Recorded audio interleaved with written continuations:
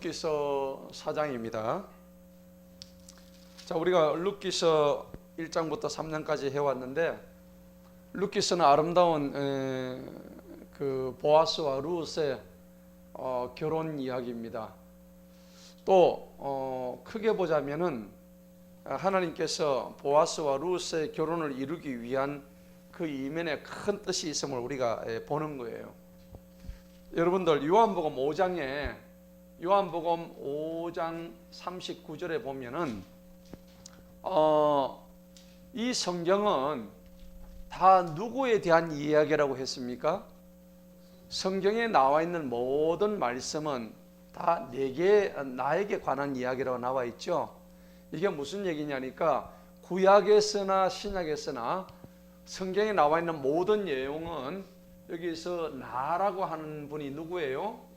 예수님, 예수 그리스도십니다. 예수 그리스도에 관한 이야기란 거예요.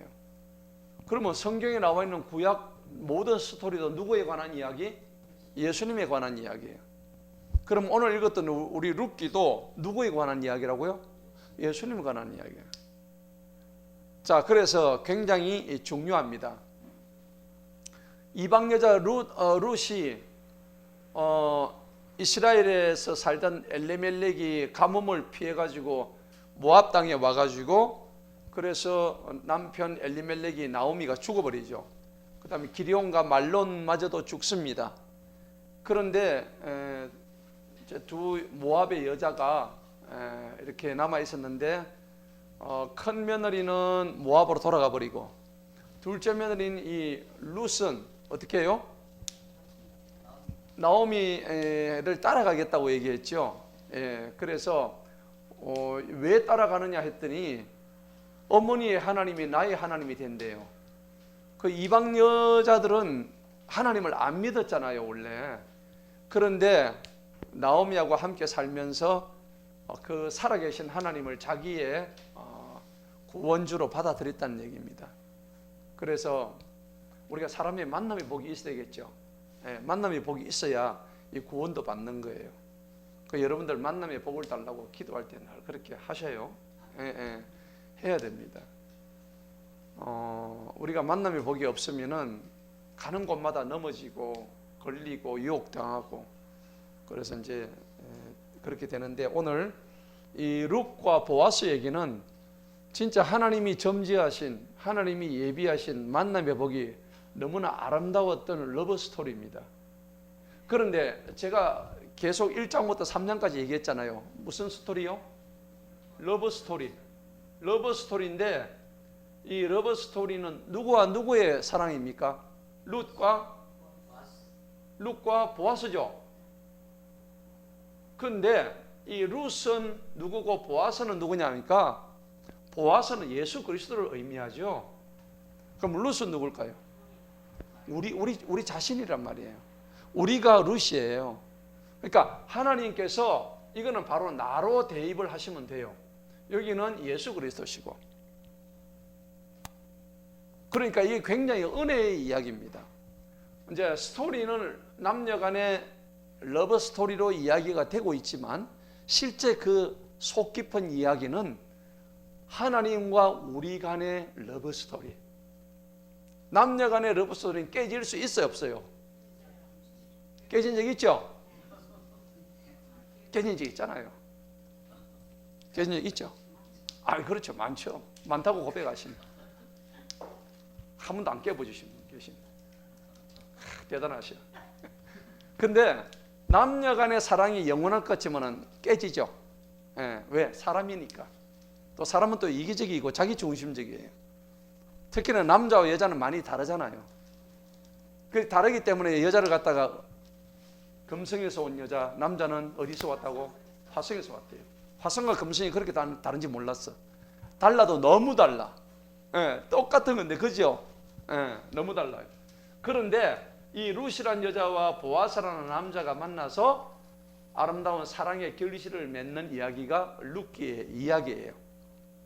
그러면은 이 두 사람 간의 사랑이 사실은 우리가 평상적으로 생각할 때 이루어질 수 있어요, 없어요? 사실 이루어질 수 그렇죠. 예, 예. 이게 사실은 따지고 보면 그냥 우리 객관적으로 얘기하면 세상적으로 보자면은 이 룻은 다 떨어진 가난한 병이에요. 맞죠? 그리고 이방 여자죠. 그 다음에 남편이 죽었던 한 번 시집 갔던 여자야. 그죠? 이미 초혼도 아니야. 이 재혼이야, 재혼.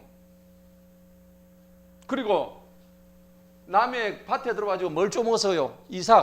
이삭이나 주워 먹고 있던 여자예요. 그러니까 이 룻이라는 여자는 사실은 꽝이야. 그런데 보아스라는 남자는 어때요? 그 지방의 유력자. 오늘날로 치면은 막 아주 그냥 대단한 사람이에요.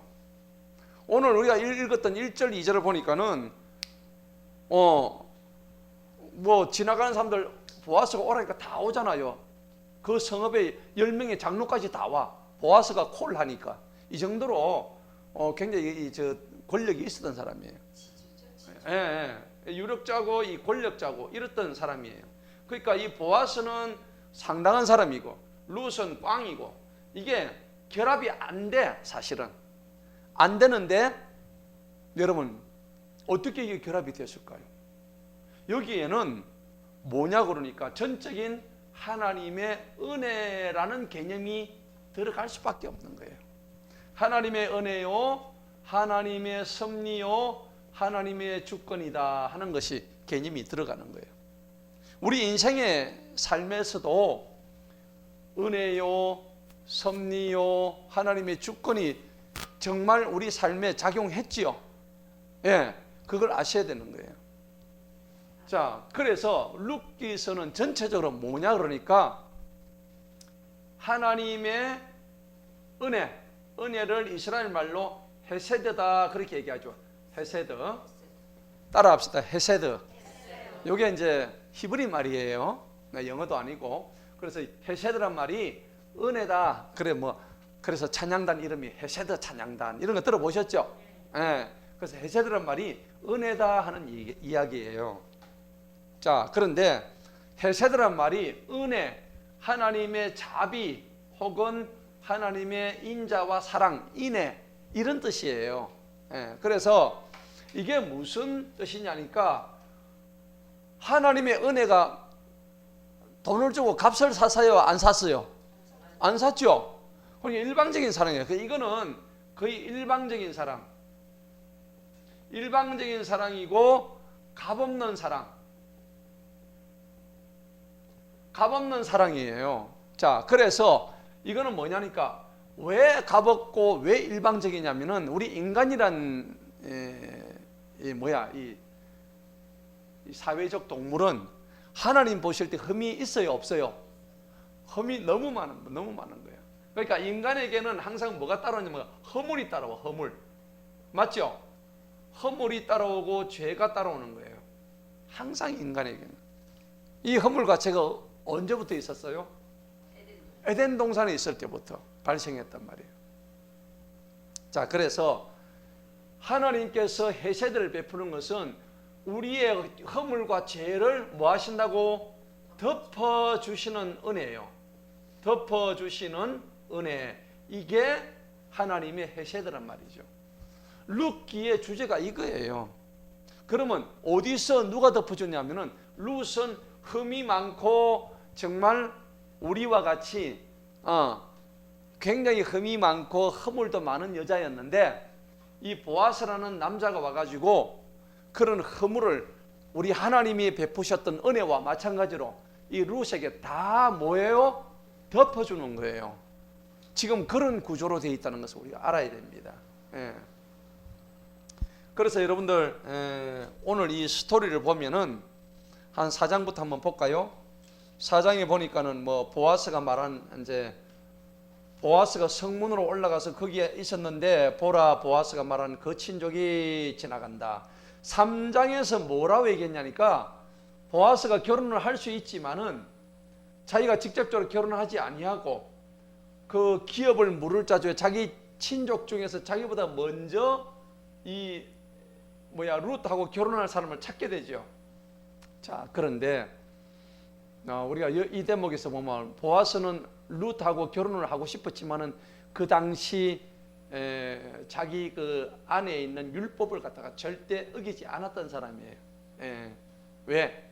율법에는 가장 가까운 사람이 결혼을 하게 돼 있거든요. 근데 보아스보다 더 가까운 사람이 이 룻을 취해가지고 결혼을 할 수 있었기 때문에 자기는 하고 싶었지만은, 그리고 이제 룻이 보아스가 자고 있는데 먼발치에서 발끝에서 했잖아요. 그러니까 남자가 자고 있는데 뒤에 발끝에서 와가지고 같이 잠을 청했다는 것은 그 보통 일이 아니거든요. 그런 나오미의 대단한 예지력과, 그 다음에 룻이 나오미 자기 시어머니를 따르는 아주 대단한 그 신뢰감, 이게 있었고요. 그 다음에 보아스가 자기를 멀리하지 아니할 것이라는 그런 확신감이 있었을 거고, 근데 그거를 다 아우르는 뭐가 있냐면 하나님의 섭리가 있었다는 겁니다. 그러니까 이게 전체적으로 보자면은 하나님이 각본을 짜시고 모든 것을 다 했는데, 연출은 누가 했댔죠? 나오미가 딱 하고, 주연은 누가 했어요? 보아스와 룻이 주연을 한 거예요. 그러니까 한 편의 드라마, 한 편의 영화가 된 거예요. 자, 그런데 오늘 제가 말씀드릴 중요한 것은 뭐냐니까, 고대 근동사회, 그러니까 고대 이스라엘을 포함한 근동사회의 중요한 약자를 보호하는 제도가 3개가 있었어요. 오늘날도 가난하고 불쌍한 사람을 위해서 사회보장제도 있죠. 지금 있지 않습니까? 건강보험, 그 다음에 차상위 뭐 이런 거 있잖아요. 근데 고대 근동 이스라엘 그 당시에만 하더라도 그런 제도가 3가지가 있었는데, 첫째는 뭐냐니까 계대 결혼이 계대. 그 다음에 두 번째가 뭐냐니까 고엘 제도예요. 고엘. 영어로 하면 고엘. 이 제도입니다. 고엘 제도. 그 다음에 세 번째는 뭐냐니까는 희년제입니다. 희년. 계대 결혼은 뭐냐 그러니까, 이거 이제 고대 이스라엘 근동 지방에 이런 관습이란 얘기입니다. 형이 죽으면은 누가 그 형수를 취해요? 시동생이 그 형수를 취한단 말이에요. 그런데 형수를 취해야 되는데 취하지 않은 경우도 있죠. 그 다음 시동생이 없는 경우도 있어요. 이럴 때 누가 취해요? 시아버지가 취해요. 시아버지가. 대표적인 게 누구예요? 유다하고 다말이잖아요. 맞죠? 유다 다말이에요. 그런데 이게 지금 보면은 조금 이상하잖아요. 아니, 성경에 이렇게 뭐 윤리도 없나? 아니, 기독교는 이렇게 윤리도 없는 종교인가? 음란하고 아주 그냥 이게 뭐 족보도 없는 종교네. 그래, 창세기 읽다가 전부 다 실족해가지고 교회를 떠나버리. 그런 말 들어보셨죠? 여러분들은 어떻게 했었어요? 그런 좀 의심은 들었죠? 예. 근데 이제 이게 뭐냐 그러니까, 우리가 중요한 게 뭐냐 그러니까, 고대 근동 지방의 문명이 여러분들 이스라엘과 그 다음에 저쪽 어디예요? 그 메소포타미아 지역. 그러니까 이스라엘을 항상 중심으로 해요. 이걸 항상 중심으로 합니다. 이게 가장 중심이 돼요. 요 주변 국가를 무슨 국가라 그래요? 우리는 전부 다 이방 국가라 그러죠. 전부 이방 국가예요. 이스라엘 이외에는 전부 다 구약에서는 다 이방이에요. 그렇죠? 예. 그런데 이방 국가가 주로 어디에 있었나 그러니까 메소포타미아. 오늘 역사 시간이네. 메소포타미아 강, 이 주변으로 다 있었다고. 그래서 고대 근동의 메소포타미아 지역인데, 이 지역에서 티그리스 강하고 그 다음에 유프라테스 강, 요 두 강이 나눠지는데, 여기가 삼각조예요. 삼각조. 우리 김해도 삼각조잖아요. 여기가 델타 지역이라는데, 여기는 물이 많이 있으니까 땅이 너무나 비옥한 거예요. 그래서 요 땅이 어떻게 생겼냐면은 초승달처럼 이렇게 생겼어요. 초승달. 달이죠. 달이 영어로 뭐예요? 문이죠. 네. 문 대통령 묻네. 자, 그래서 요 이스라엘 중심 말고는 이방 국가들이 전부 다 무슨 나라냐면 요 저기는 이슬람 국가입니다. 그래서 이슬람 국기를 자세히 보시면은 전부 다 국기에 뭐가 들어가 있어요? 반달 들어가 있어요. 전부 초승달 들어가 있어요. 신기하죠? 초승달 들어가 있는 국기는 전부 다 이슬람입니다. 예. 이제 여기 사실은 영적인 문제거든요. 그래서 여기 이제 지금 달도 하나님이 만드셨지만은 이 이방 국가 애들이 자기들 신으로 모신 게 뭐예요? 달신이에요, 달신. 예, 월신, 달신이라 그래요. 달을 자기들 신으로 모신 거예요. 하나님은 그렇게 하지 마라 그랬죠. 그러니까 얘들이 이방 국가에서 주로 한 게 뭐냐 그러니까 일부 다처제 이렇게 이제 나왔대요. 일부 다처제가 왜 나왔을까요? 남자들이 정욕이 세서 이유가 있어요. 일부 다처제가 나온 것은 그 당시만 하더라도 전쟁, 맞죠? 전쟁, 사고, 그 다음에 또 힘든 일, 노동, 또 그 다음에 이제 배를 타고 가가지고 이제 여자들이 갈 수는 없잖아요. 어업을 하다가 배를 타는다 난파돼가지고 이런 등등의 사고를 해서 이 남자들이 다 죽어요. 죽으면은 고스란히 남는 게 전부 여자들이죠. 갈 데가 없잖아. 그러면 그 젊은 여자들을 누가 감당할 거냐 이거지. 예. 그래서 이 일부 다처제라는 것이 생겼다는 얘기입니다. 근데 하나님은 원래 한 남자의 한 여자 하는 뭐예요? 일부 일처제를 성경적으로 얘기를 한단 말이에요. 성경적으로 일부 일처제는 무엇을 의미하느냐니까 이거는 무슨 의미냐면은 남자와 한 여자가 결혼해야 되는데 여자는 한 남자만 쳐다봐야 되는 거예요. 또 한 남자는 여자만 쳐다봐야 되는 거예요. 한 사람만. 이게 뭐냐니까 여기서 남자는 하나님을 의미해요. 여기서 여자는 누구냐면 이스라엘 백성들을 의미하는 거예요. 이스라엘 백성들은 누구만 쳐다봐야 된다고? 하나님만 쳐다봐라. 여기에 이 뜻이 담겨져 있단 말이에요. 일부 일처제라는 뜻이. 그런데 이러한 일부 일처제가 나중에 이제 고대 이제 족장 시대 때에 이런 전쟁이라든지 보통 전쟁 나면 그 당시에 10만 명도 죽고 보통 그렇잖아요. 히스기야 시대 근데 보면은 하루 아침에 18만 5천 명 죽죠. 많이도 죽었죠. 와 대단해요. 하나님의 천사가 가지고 한번 스치를 뿌리니까 18만 5천 명이 죽는 거예요. 예. 그러면 남자가 18만 5천 명이지만 여자가 과부가 몇 명 생겨요? 18만 5천 명 생기는 거야. 어쩔 거예요. 그래가지고 창세기 38장에 보면은 유다와 다말 사건이 나와요. 유다와 다말 사건. 이 유다가 아들이 셋이 있죠. 예. 그래가지고 아들 셋이 첫째는 엘이란 장남이고 두 번째는 오난이고 세 번째는 셀라인가 그래요. 셀라 맞죠? 그러면 엘하고 오난이 하나님이 죽여버리셔요. 엘이란 장남은 하나님 보시기에 악했단 말이에요. 그러면 엘이 죽었으니까는 엘의 형수를 누가 해야 돼요? 오난이 해야 되잖아요. 오난이. 근데 오난이 이제 그 성경에 보면 창세기 38장에 나오잖아요. 저거 형수하고 이제 들어가가지고 관계를 해야 저기 하지. 근데 왜 일부 다처제를 하느냐면은 그 여자가 살아라는 의미가 아닙니다. 자기 마누라 따로 있어. 근데 왜 이거는 하냐면은 자기 혈통을 보존하라는 얘기입니다.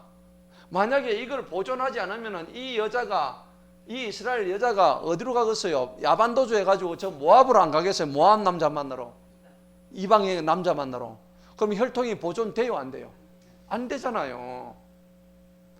그거는 절대 용납할 수가 없는 거예요. 이스라엘 그 백성 안에서는, 이스라엘 종족 안에서는. 여러분들이 만약에 입장 바꾸는 생각해보세요. 여러분들이 내가 이스라엘 백성인데 내 딸이 사이가 죽었어. 죽은데 저 오랑캐 종한테 줄 수 있겠습니까? 못 주잖아요. 그러니까 그 혈통을 보존하기 위해서 생긴 게 이 일부 다처제란 말이에요. 그렇다고 그저 사는 게 아니에요. 그냥 애만 낳는 거예요. 그냥 관계만 좀 가지고 그래서 씨앗을 주는 거예요. 그게 창세기 38장 사건인데, 그래서 유다가 엘이 죽고 난 뒤에 이제 오난 보고 다말하고 이제 그 잠자리를 같이 하러 들어갔어. 그래가지고 밤에 이제 관계를 하는데, 아니 이 관계를 하다가 정액을 밖에다 한 거야. 예. 그러니까 이게 그냥 하나님 보시기에 그게 아름답지 못했다고 적혀 있어요. 그게 맞지요? 그 하나님이 기뻐하지 않았다고 돼 있다고. 자, 그래서 여기서 나온 게 오난이 땅에다가 설정을 해버렸다. 그 자기 형수한테 해야 될 것을 빼가지고 땅에다 해버렸다 이 말입니다. 그래서 여기서 나온 말이 오나니즘 들어보셨어요? 네, 이 오나니즘을 다른 말로 뭐 자위행위다 이렇게 표현하는데 사실은 그게 아니에요. 원뜻은 질외 사정을 오나니즘을 하는 거예요. 근데 이게 왜 그러면 오나는 이렇게 했을까요? 자기 형수한테 자기 씨를 안 줬을까요? 오난이 생각해 보니까 이 자기 형수한테 내 씨를 줬다가는 골치 아픈 일이 생길 거예요. 예. 족보도 헷갈리고, 예. 그러니까 오난이 이제 그렇게 해가지고 안 주다 보니까는 하나님이 안 give 오난도 죽여버렸어요. 마지막 남은 게 누구예요? 셀라잖아요. 얘가 이제 세 번째 아들이야. 근데 얘도 유다 적아버지 입장에서는 얘도 또 그럴 것 같거든. 그러면 자기 입장에서 아들 셋을 다 잃잖아요. 그래 할 수 없어서 다말 보고 네 친정에 가버려라. 쫓아버리잖아요. 다말을 친정으로 쫓아버립니다. 창세기 38장에 나오는 이야기예요. 그래서 다말이 쫓겨가지고 친정으로 갑니다. 그런데 다말이 아까 얘기했다시피 요거 계대 결혼이죠. 형제가 없으면 누구하고 한다고? 아버지하고 한다고. 아버지의 씨를 받는 시아버지의 씨를 받을 수가 있는 거예요. 이게 율법으로 가능하다는 얘기입니다. 예. 근데 우리는 이것을 음란하다 혹은 뭐 이게 폐륜이다 이렇게 얘기하는데 그게 사실은 아니에요. 이스라엘의 고대의 계대 결혼이라는 어떤 그 관습을 볼 때는 절대 그런 게 아니란 얘기입니다. 우리는 그걸 오해해서는 안 되는 거예요. 자, 그래서 다말이 저거 친정에 갔다가 나중에 변장을 하고 오죠. 누구 꼬시려고? 저 시아버지 꼬시러 오잖아요. 그래가지고 낳은 애가 누구냐면은 이 베레스하고 쌍둥이 들었죠. 저거 시아버지하고 이제 이렇게 뭐 관계를 해가지고 낳은 아가 베레스하고 뭐 세란가 뭐 또 있어요.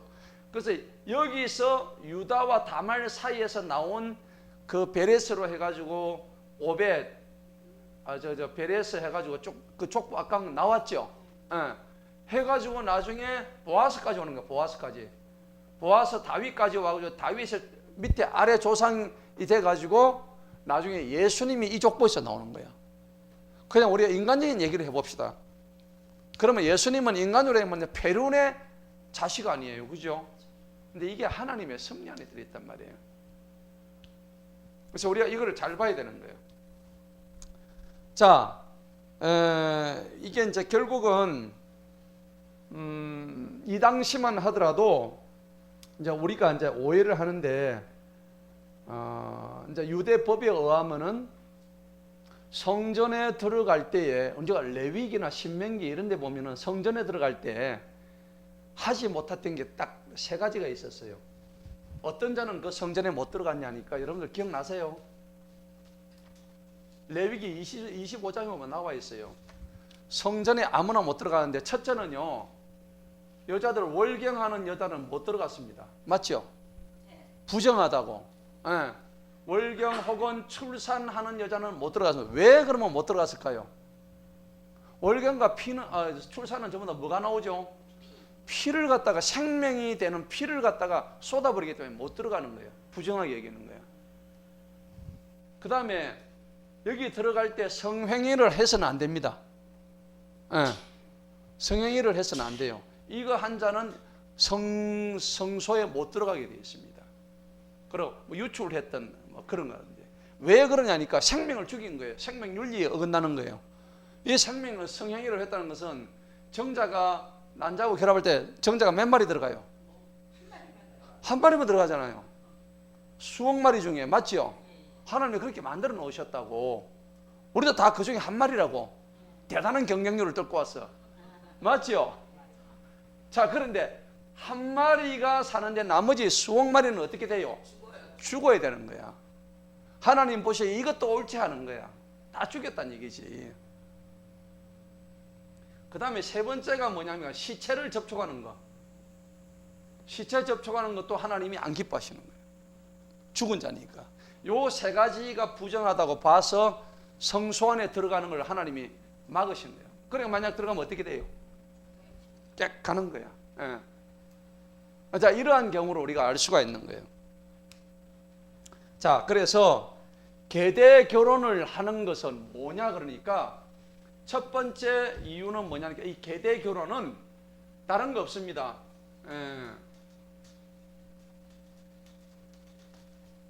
그 당시에 남성 중심의 사회였죠. 남성 중심의 사회였어요. 그러면 여자가 남편을 잃어버리고 하면은 살아갈 수 있어요, 없어요? 뭐 힘들죠. 힘든 정도에 그냥 못 살아가. 이 과거 저 고대 이스라엘 저기에서는. 그러면은 경제권이 전혀 없습니다. 그러면은 같은 동족끼리 남자가 죽었다고 해서 그것을 갖다가 아무것도 도와주지 않는다는 것은 그 이스라엘 율법이 어긋나는 거예요. 그 성경은 그렇게 해서 계대 결혼을 갖다가 이제 하라는 그 배경이 거기에 있는 거예요. 가난한 자를 도와준다. 그래서 계대 결혼을 한단 말이에요.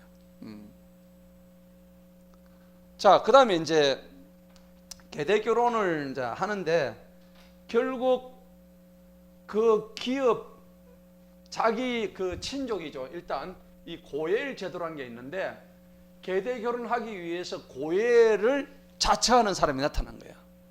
오늘 우리가 본문에 읽었던 보아스가 바로 고엘이에요. 보아스. 이 고엘 제도라고 하는 것은 뭐냐면은 계대 결혼하기 위해서 자기 친족 중에서 제일 가까운 사람, 그 다음에 경제력이 있는 사람, 이런 사람이 그 죽은 형의 뭐예요? 대를 이어주는 거예요. 예.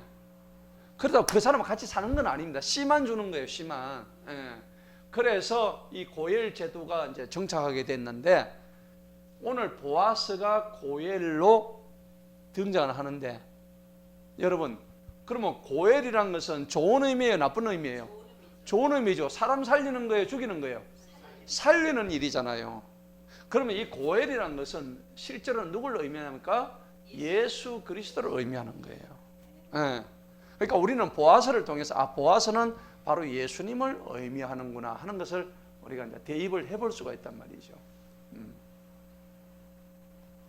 그 다음에 희년제라고 얘기하는데 이것도 안 되고 이것도 안 돼. 그럴 경우에는 희년이라는 것은 몇 년요? 50년을 의미하는 거예요. 50년. 이스라엘에서는 법이 어떻게 되냐니까 예를 들어서 내가 남한테 채무를 줬어요. 그 다음에 내가 빚이 많아가지고 내가 가지고 있던 땅을, 그러니까 이스라엘은 기본적으로 땅은 다 누구 거예요? 이스라엘의 모든 땅은, 천지의 모든 땅은 누구 거예요? 하나님 거라는 겁니다. 그래서 아무리 내가 사고 팔아도 50년이 되는 해에는 내가 그동안에 팔았던 땅을 다시 원주인한테 어떻게 해요? 돌려줘야 되는 거예요. 예. 이게 우리가 신명기를 얘기 다 나왔잖아요. 나왔죠? 나왔는데 이게 희년제입니다. 그러면은 이 희년제를 통해서 땅을 팔고 아니면은 종살이, 내가 갚을 돈이 없어가 땅을 팔 수가 없어. 땅이 없어가지고.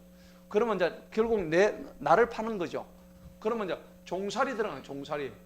내가 땅도 없다면 종살이를 해야 되는 거야. 몇 년 동안? 50년간 해야 되는 거야. 그럼 50년이 딱 되는 해는 뭐예요? 종살이에서 뭐예요? 해방되는 거예요. 그때는 완전한 자기 신분으로 돌아가는 거예요. 그러니까 이스라엘의 가장 약자를 위한 제도가 이런 한 세 가지 정도가 있었는데 오늘 얘기하는 것은 이 계대 결혼과 고엘 제도에 관한 이야기예요. 계대는 결국은 엘리멜렉이 죽었기 때문에 그 가문의 대를 이어주는 역할을 하는 것이 지금 고엘로서 보아스라는 얘기입니다. 우리가 그걸 알아야 되는 거예요. 자, 엘리멜렉 가문의 계대 결혼을 통해서 고엘이 되는데 우리가 본문 말씀을 보면서 그렇게 하십시다. 자, 보아스가 이제 그 이스라엘 백성들에게 내가 룻을 가지고 이제 뭔가 결혼을 하고 싶은데 그래도 자기보다 더 가까운 친족이 있으니까 내가 먼저 하지는 않겠다. 그래서 그 성에 살고 있는 그 엘리멜렉의 가장 가까운 친족을 부릅니다. 자, 1절 보세요. 보라, 보아스가 말하는 그 친족이 지나가니라. 보아스가 그에게 말하되 어이 아무개여 이리 와서 앉으라 하니 그가 돌아와 앉더라. 그러고 난 뒤에 이제 보아스가 그 성읍에 10명의 장로를 부르는 장면이 나옵니다. 장로 10명을 부르려면 상당한 권력이 있어야 되겠죠. 아무나 못 불러요. 그래서 성읍의 장로 10사람을 데려와 말하기를 당신은 여기 앉으소서 하니 그들이 앉았다. 그러면서 3절에 그가 그 친족에게 말하기를 모압의 지방에서 돌아온 나오미가 우리 형제 엘리멜렉이 소유했던 토지 일부를 팔기에 왜 파느냐? 지금 먹고 살 게 없어가지고, 그죠? 근데 이거 토지를 일부 팔게 하는 것이 좋은 거예요, 안 좋은 거예요? 안 좋죠. 안 좋으니까 누가 기업 물을 자가 와서 그 가정에 돈 많은 사람이 와가지고 기업을 계속 이어주라 이 얘기입니다. 자, 그래서 내가 내게 알리려고 생각한 말을 말함이니 이 거주민들과 내 백성의 장로들 앞에서 그것을 사라. 만일 네가 그것에 값을 치르려면 값을 치르라. 자, 여기서 값이란 말이 5번 나와요. 4절에 보니까 값 5번 나오죠. 자, 여기서 말하는 값이 뭐냐? 우리 예수님은 우리에게 구원의 은혜를 베풀 때 값을 받았어요, 안 받았어요? 안 받았잖아요. 그래서 우리가 흔히 하는 말로 값 없는 뭐예요? 은혜라고 우리 얘기하잖아. 값 없는 은혜. 값 있는 은혜가 아닙니다.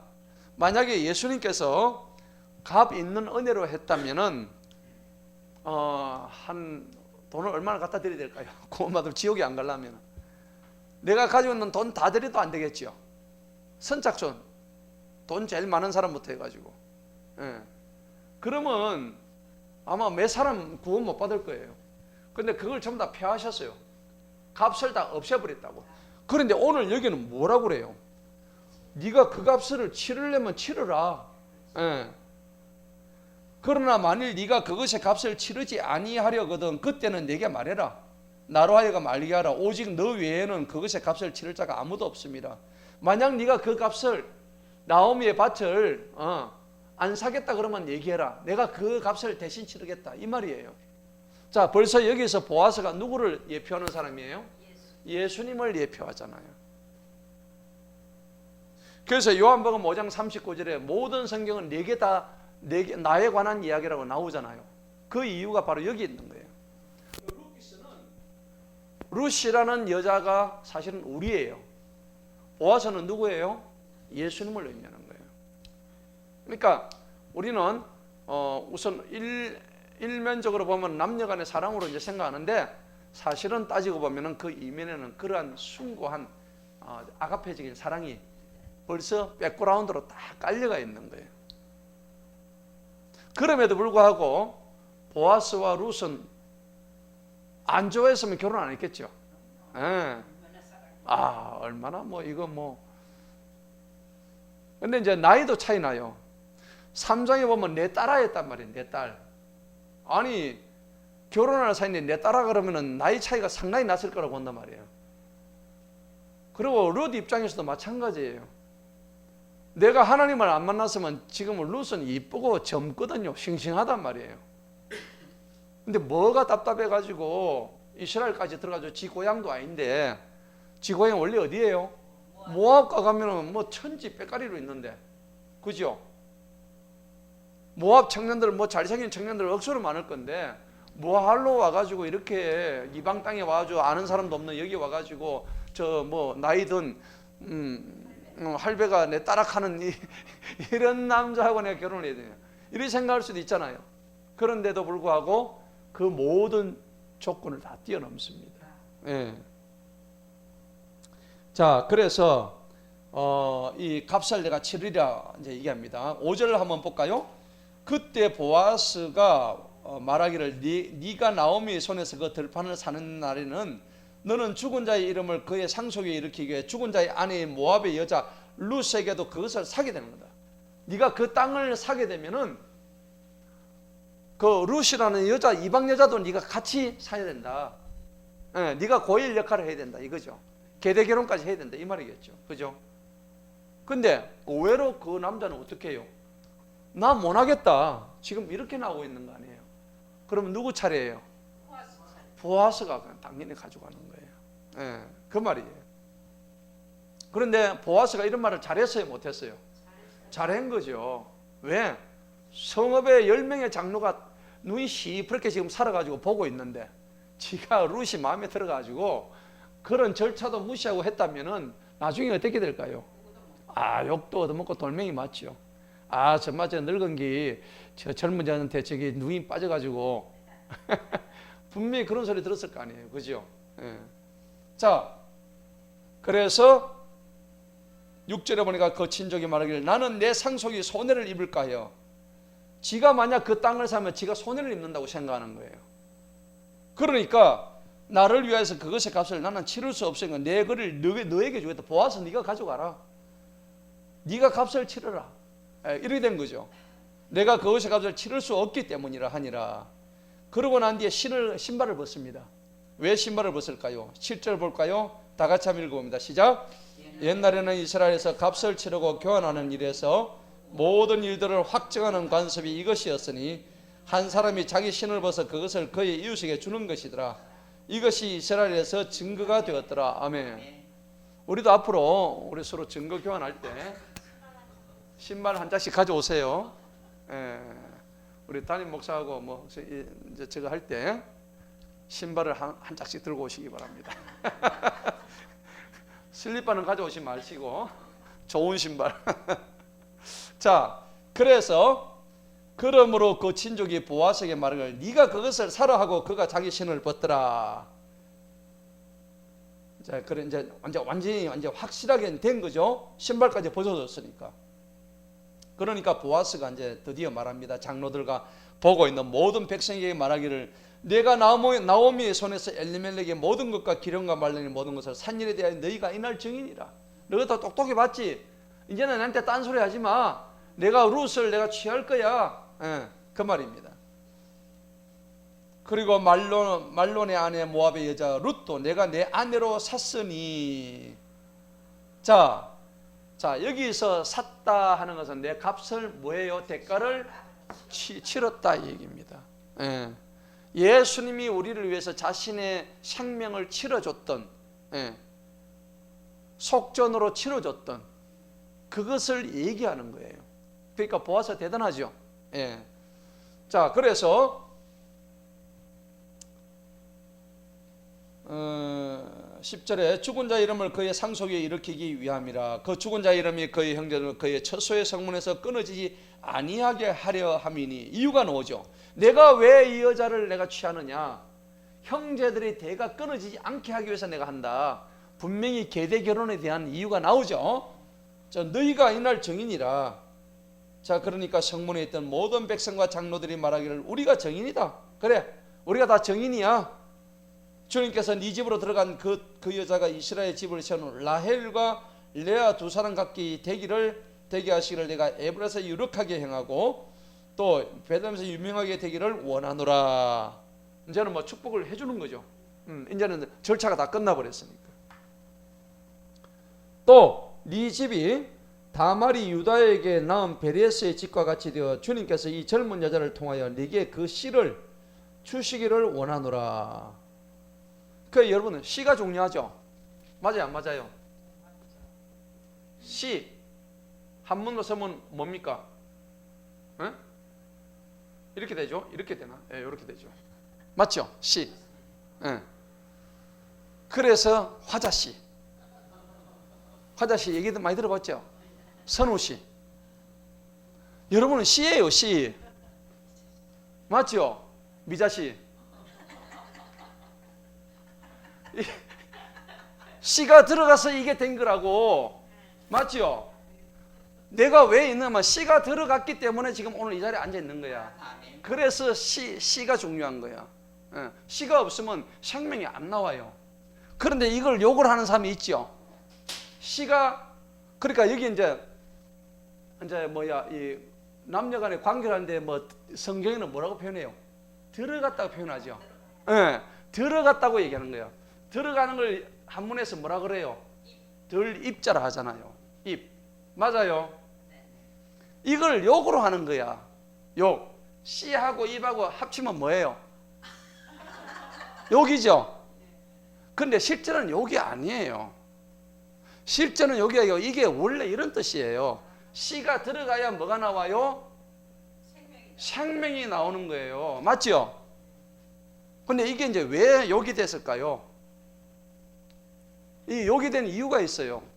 욕이 되어 있는 이유는 뭐냐니까 남자와 여자 간의 어떤 그런 정욕적인 순간에 이제 이런 것들이 그냥 욕으로 발전해 버린 거죠. 예. 그런 쾌락의 순간에 그렇게 하는 거예요. 근데 이게 나중에 사실은 욕이 돼 버린 거예요. 이제 욕이 되는 거죠. 이거 말고도 많이 있어요. 우리 욕을 연구를 해보면 이런 아주 오묘한 뜻들이 다 있다고. 그러니까 앞으로 여러분들 이제 이런 욕을 할 때는 이 뭐가 있다고? 생명이 안에 있다는 걸 아셔야 돼. 그래도 이런 욕을 하면 안 되겠죠. 예. 많이 했잖아요. 많이 안 했어요. 무심코 했을 거예요. 예. 자, 그런데 이제 보니까는 12절에 그 씨를 주시기를 원하노라 하니라. 자, 이제 드디어 이제 씨가 들어갑니다. 13절 보십시다. 이와 같이 보아스가 룻을 취하니 그녀가 그의 아내가 되었고 그가 그녀에게로 들어갔더니 또 들어가죠. 들 입자입니다. 맞죠? 주님께서 그녀로 하여금 들어가면 또 잉태해. 그죠? 주님께서 그녀로 하여금 잉태하게 하심으로 그녀가 아들을 낳았더라. 왜 다른 안노가 아들을 낳았을까요? 아들을 낳아야 예수님이 나오지. 대가 이어지지. 그죠? 예. 여자들이 나오미에게 말하기를 복되시도다. 아는 룻이 낳았는데 누구 보고 여자들이 복되시도다 그래요? 저거 시어머니한테 복되도다. 주님이시여 그분께서 오늘 너를 친족이 없이 버려두지 아니하셨으니. 그러니까 이 고엘 제도 계대 결혼이 이 집안이 이루어졌으니까 주변의 여자들이 전부 다 축복을 하는 거예요. 야, 너 진짜 룻이 남자 없이 살 줄 알았는데 그것도 보통 남자가 아니고 이 지역에서 최고의 남자 보아스가 왔네. 좀 늙었긴 하지만은. 그래서 너를 친족 없이 버려두지 아니하셨으니 그의 이름이 이스라엘에서 유명하게 되리라. 얘들이 어떻게 알았을까요? 야, 이미 대단한 지금 경지의 예언을 하고 있는 것 같아요. 그죠? 예. 그래서 그가 네게 네 생명의 회복자가 될 것이요 네 노년의 봉양자가 될 것이니. 그러면은 보아스하고 룻이 난 그 아이 이름이 뭐라고요? 오벳이잖아요. 오벳이 나오미의 봉양자가 된대요. 그래서 오벳이라는 이름이 뜻이 뭐냐니까 섬기는 자, 섬기는 자예요. 원래 오벳이라는 뜻이. 그러니까 나오미는 충분히 이 오벳의 봉양을 받을 만한 자격이 있어요, 없어요? 있죠. 그러니까 손주가 할머니를 갖다가 일평생 동안 봉양하는 거예요. 이 오벳이. 그래서 오벳이 사실은 다윗의 누구예요? 증조 할아버지잖아요. 맞죠? 네, 증조 할아버지 되는 거죠. 자, 그래서 나오미가 그 아이를 그래서 15절에 이는 너를 사랑하고 네게 7 아들보다 더 나은 네 며느리가 그를 낳았기 때문이다. 네 며느리 룻이 오벳을 낳았다는 겁니다. 근데 네 7 아들보다 훨씬 더 최고다, 룻이. 예. 나오미가 그 아이를 취하여 자기 품에 두고 그에게 보모가 되니라. 거의 뭐 이제 할머니가 얼마나 좋았겠어요. 보아스도 좋았고 룻도 좋았으니까 그 손주를 자기가 이제 업어서 이제 키운 거예요. 자, 그녀의 이웃인 여자들이 그에게 이름을 주며 말하기를 나오미에게 아들이 태어났다 하여. 자, 애는 누가 낳았어요? 룻이 낳았는데 동네 사람들이 나오미가 아들을 낳았다 이렇게 얘기를 하는 거예요. 그래서 그들이 그의 이름을 오벳이라 불렀으니 그가 다윗의 아버지인 이새의 아버지이니라. 손주죠. 다윗이 그러니까 오벳의 손주가 되는 거죠. 예, 손주입니다. 자, 이제 베레스에 대한 세대들이 이러하니라. 베레스는 헤스론을 낳고, 헤스론은 람을 낳았고, 람은 암미나답을 낳았고, 암미나답은 나손을 낳았고, 나손은 살몬을 낳았고. 이 살몬이 누구예요? 보아스 아버지죠. 그럼 보아스의 어머니는 누구예요? 기생 라합이죠. 예. 근데 기생 라합인데 저 누구한테 가느냐 하니까 그때 이제 정탐꾼으로 보냈던 사람들이 있었죠.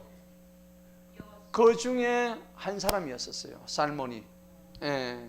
살몬이 정탐꾼 12명을 보냈잖아요. 나중에 또 2명 갔다가 뒤에 또 보냈겠죠. 근데 살몬이 정탐꾼 중에 한 사람이었어요.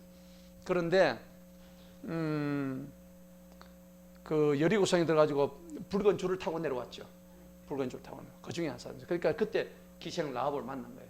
눈이 맞아가지고 스파크가 팍 뛰겠죠. 남녀 관계는 알 수가 없어요. 그 기생하고 또 눈이 맞아가지고 남자가 누구예요? 보아스 맞죠. 이제 이래 되는 거예요. 그리고 보아스는 오벳을 낳았고, 오벳은 이새를 낳았고, 이새는 다윗을 낳았더라. 자, 이래 되는데 여러분, 자, 오늘 말씀의 전체적인 우리가 결론적인 걸 한번 봐야 됩니다. 보아스의 인물을 우리가 좀 더 연구를 해봐야 돼요. 자, 보아스는 어떤 사람이냐? 아까 제가 보아스는 누구를 예표한다고요? 예수 그리스도를 상징하는 거예요. 상징하기도 하고 예표하기도 한다는 얘기입니다. 자, 그러면은 엘리멜렉 가문의 계대 결혼을 통해 가지고 이 보아스가 아까 고엘이라는 데 있죠. 고엘이란 뜻이 뭐냐 그러니까 원어에 이 고엘이라는 뜻인 구원하다 혹은 보상해 주다 이런 뜻이에요. 고엘의 뜻이 원 뜻이 그겁니다. 그래서 원 뜻에 그 아주 충실하게 우리가 바라보자면은 이 고엘은 굉장히 큰 의미가 있고 결국은 우리에게 오신 예수 그리스도가 진정한 고엘이구나. 예수님이 진정한 고엘이구나 하는 것을 우리가 알아야 되는 거예요. 그래서 여러분들 보아스가 그 지방의 유력자였지만 실제로는 보아스도 출신이 뭐예요? 좀 천출이죠. 예. 자기 엄마가 기생이었잖아요. 예. 그 예수님의 족보를 보면 막 기생 그 다음에 시아버지하고 며느리하고 이래가지고 또 애도 놓고. 예. 근데 거기 보면 다 허물이 다 있잖아요. 그 허물을 최종적으로 덮어주신 분이 누구예요? 예수님이잖아요. 그죠? 예수님이 다 덮어주신 거예요. 예수님이 거기서 태어났단 말이에요. 그 족보를 해서 태어나신 분이에요. 예. 그러니까 보아스가 사실은 어떻게 보면은 유력자인데도 그 룻을 만나기 전까지 결혼을 했어요, 안 했어요? 안 했어요. 이유가 있었을 거라고 생각이 들어요. 왜? 저 엄마가 기생 출신이었거든. 그러니까 어쩌면 이스라엘 백성들이 저거 말이지, 저거 엄마 기생인데 그래서 장가를 못 가고 있을지 모른다니까. 그렇죠? 예. 그런 말은 여기 없어. 그런데 그런 추측이 들 수도 있단 말이죠. 예. 그 이제 왜 그러냐니까 여러분들 사사기 보면 사사 입다 얘기 나오죠. 입다가 누구의 아들이면 기생 아들이거든. 그죠? 그것도 똑같아. 근데 입다 이야기 사사기 5장에 6장에 보면은 입다가 너무나 힘도 세고 진짜 장군인데 쫓겨나가잖아요. 배달은 형제잖아요. 배달은 형제로부터 사사 입다가 쫓겨나가요. 근데 나중에 정작 나라가 위기에 처해왔을 때 그 형제들이 입다 보고 오라고 그러잖아요. 다시 부르잖아요. 그런 장면에서 보면은 기생 엄마를 두었던 사사 입다도 왕따를 당한 거예요, 결국은. 예. 그러니까 이 보아스도 결혼을 돈은 많았을지도 모르겠지만은 결혼을 갖다가 당당하게 할 수 있음에도 불구하고 결혼을 제대로 못했다는 것은 룻을 만나기 위한 하나의 과정이었는지 모르겠지만은 일단 그러한 배경이 있었을 거라고 우리가 추측을 해보는 거예요. 결국은 이제 우리가 보아스에 대한 인물 연구인데 이 보아스라는 인물을 우리가 1장부터 4장까지 쭉 보았을 때 보아스가 잘한 게 뭐냐 하는 겁니다. 우리는 보아스에서 무엇을 교훈을 얻어야 되냐면은 이 보아스가 잘한 게 첫째는 칭찬입니다. 칭찬요. 보아스가 네 처음보다 네 나중에 한 일들이 훨씬 더 좋았더라 하고 누굴 칭찬했어요? 룻을 칭찬했잖아요. 맞죠? 네가 너가 시어머니한테 했을 때 근데 나중에 그때보다 지금 여기 돌아와서 하는 네 하는 일들을 내가 얘기를 친척들한테 들었는데 너 진짜 대단한 여자들이다. 대단한 여자들아 라고 뭘 해줬다고요? 칭찬을 한 거예요. 칭찬을. 그런데 칭찬받을 만한 어떤 그런 그 위치나 입장이 사실은 안 됐음에도 불구하고 이 보아스가 룻을 칭찬했다는 것은 룻도 물론 잘한 것도 있지만 이 보아스가 대단한 사람이에요. 이 사람이 은혜를 베풀지 않았으면 룻을 칭찬할 수가 없죠. 예. 그러니까 이게 완전히 은혜인 거라. 은혜.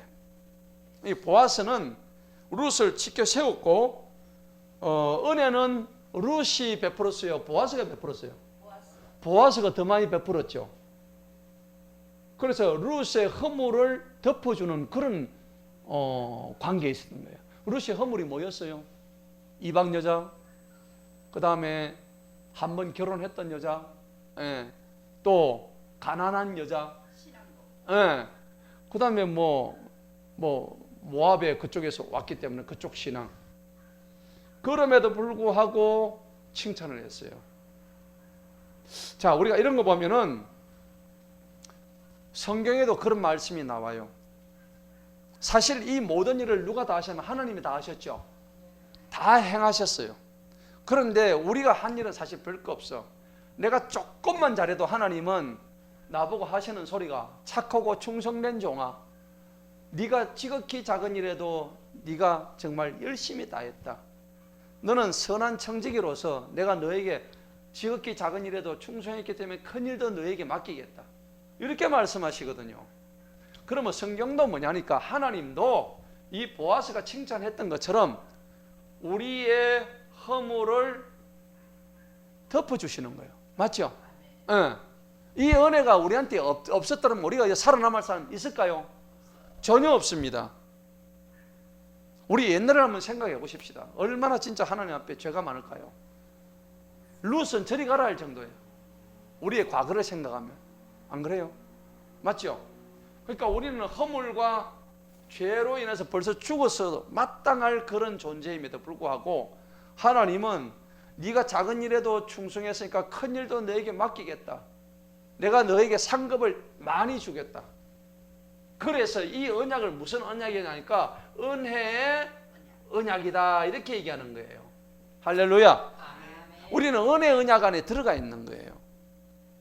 이걸 우리가 알아야 되는 거예요. 그래서 보아스하고 룻은 아까 제가 처음에 얘기했다시피 이 러브 스토리 사랑 이야기예요. 그런데 현실적으로 보면 이 사랑은 양연의 노래 있죠. 이루어질 수 없는 사랑 들어보셨어요? 권사님 그 노래 아세요? 아, 벌써 또 옛날 감성 나오네. 그렇죠. 양현이 불렀잖아요. 그 이루어질 수 없는, 그러니까 보아스하고 룻은 이루어질 수 없는 사랑이야 원래. 예. 그런데 하나님이 인간적인 생각, 그 다음에 혈통 다 뛰어넘는 거야. 예. 그러니까 보아스는 금수저고 한마디로 얘기하면은 룻은 뭐예요? 완전 흙수저야. 금수저와 흙수저의 차이인 거야. 그 다음 나이도 틀리잖아요.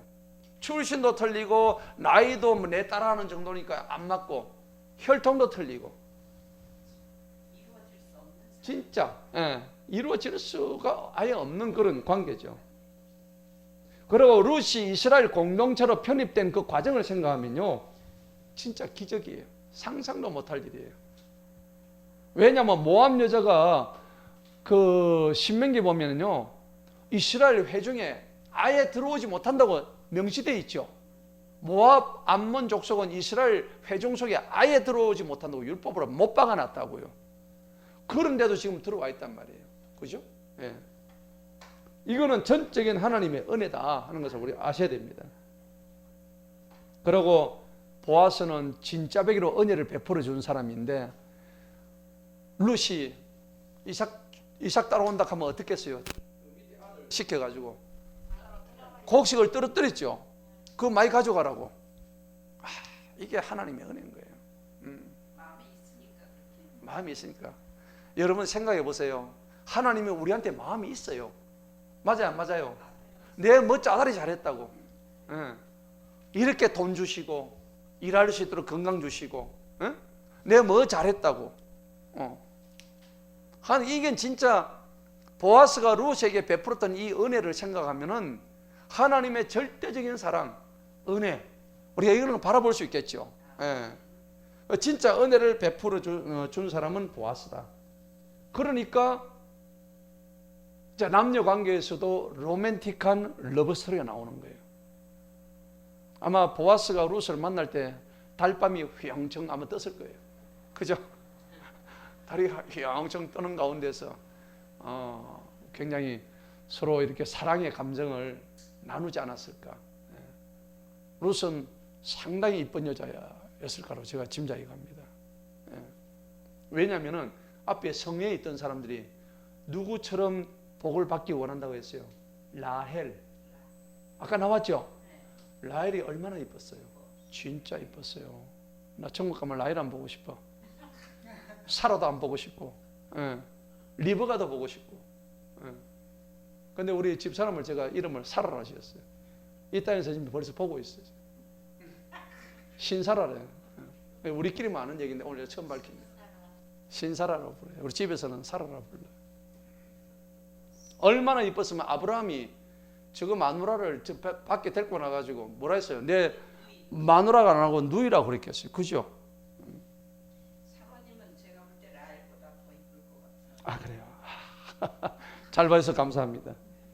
아무튼 룻과 이 나오미의 절대적인 신뢰관계가 없었더라면 보아스의 결혼이 됐을까 안 됐을까요? 안 됐죠. 그러니까 우리가 믿으면서 중요한 것은 순종이에요. 순종. 맞습니까? 절대적인 순종을 통해서 이런 좋은 일들이 우리한테 막 오는 거예요. 자, 오늘 말씀의 모든 결론을 맺겠습니다. 고엘은 누구라고요? 예수 그리스도십니다. 그래서 이 룻기는 고엘 대신 예수 그리스도의 이야기입니다. 은혜를 받을 자격이 없는 우리에게 은혜를 베풀어 주셨던 그 예수님의 놀라우신 기적 같은 사랑 안에 우리가 머물게 될 때에 우리는 하나님과 우리와의 진정한 찐 러브 스토리를 갖다가 이루어 나갈 수 있다는 겁니다. 예. 그런데 여러분 이 룻이 이렇게 복을 받았는데 복을 받을 수 있는 조건이 딱 하나밖에 없었어요. 여러분 뭐라고 생각하세요? 룻이 이 모든 보아스를 만나고 복을 만나고 예수님의 조상이 됐던 이유는 뭐냐니까 이 여자가 이방 여자였잖아요. 그런데 신랑 죽고 시아버지 죽고 그래가지고 이제 저거 시어머니가 다 너희 집으로 가라 했을 때 지가 내건 이유가 뭐였어요? 누구를 믿겠다고? 어머니가 믿는 하나님을 믿겠다고. 이걸 작심하고 절대적인 결단을 내렸단 말입니다. 룻이 이렇게 바뀌어서 복을 받았던 단 하나의 조건은 뭐냐? 하나님을 믿었다는 겁니다. 할렐루야. 아멘. 하나님을 믿었기 때문에 이 룻기가 성립이 될 수 있는 거예요. 다른 어떤 것도 없습니다. 나는 어머니가 믿는 하나님의 백성이 되겠다고 하는 그 고백이 있었기 때문에 이 모든 일들이 이루어질 수 있었다는 겁니다. 할렐루야. 아멘. 예, 그것밖에 없는 거예요. 그것이 있었을 때 보아스가 한량없는 은혜를 갖다가 곡식을 뿌리고, 그 다음에 자기 집에 가서 물도 마시고, 그 다음에 자기 발끝에서 자도 그냥 사랑스럽게 봐줬고, 예, 모든 일들을 해줄 수 있었다는 겁니다. 그래서 단 하나의 조건, 그것은 하나님을 나의 영원한 구세주, 그리고 하나님만이 나의 모든 주권자시다 하는 것을 알고, 그리고 우리가 예배에 얼마나 충성되게 해야 되겠습니까? 그죠? 예. 그래서 그 조건을 잘 우리가 생각하시고 영원한 고엘 되신 우리 예수 그리스도를 잘 믿고 나를 대속하신 그 주님의 뜻을 잘 받들어가는 저와 여러분 되시기를 축원합니다.